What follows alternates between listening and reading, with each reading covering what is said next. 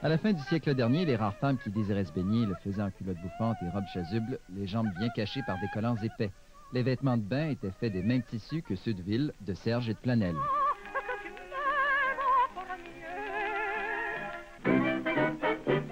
Vers 1915, quand la natation devint une activité plus répandue, les épaules et les genoux se découvrent. Grâce à la laine, qui cependant n'est guère pratique quand elle est mouillée, on commence à discerner les formes du corps.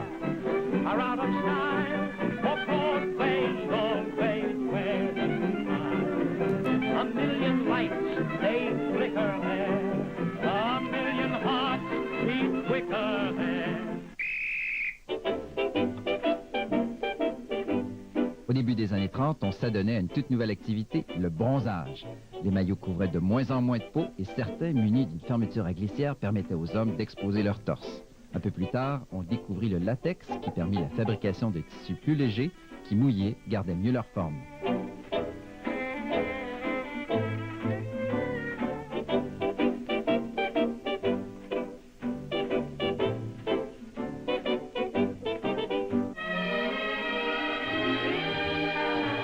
Les années 40 virent les maillots se parer d'un prestige sans précédent. Rita Hayworth et Esther Williams ne furent pas étrangères à ce phénomène qui poussa les fabricants à de nouvelles créations. Pour les hommes, des maillots ceinturés à la taille. Pour les femmes, les premiers 2 pièces.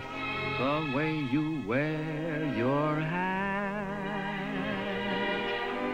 the way you sip your tea, the memory of all that. No, no, they can't take that away from me. Durant les années 50, les maillots devinrent de plus en plus extravagants et provocants. Ils gardent de la poitrine, aplatissent le ventre et s'ornent de toutes sortes d'accessoires. Le mot d'ordre est de bronzer en s'amusant.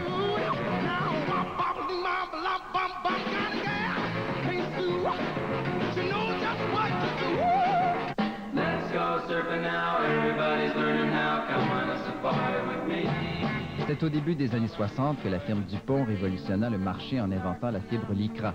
Les techniques de fabrication étaient plus simples et des avantages considérables pour le consommateur. Le maillot reste en place quand il est mouillé, sans se déformer quand il est sec.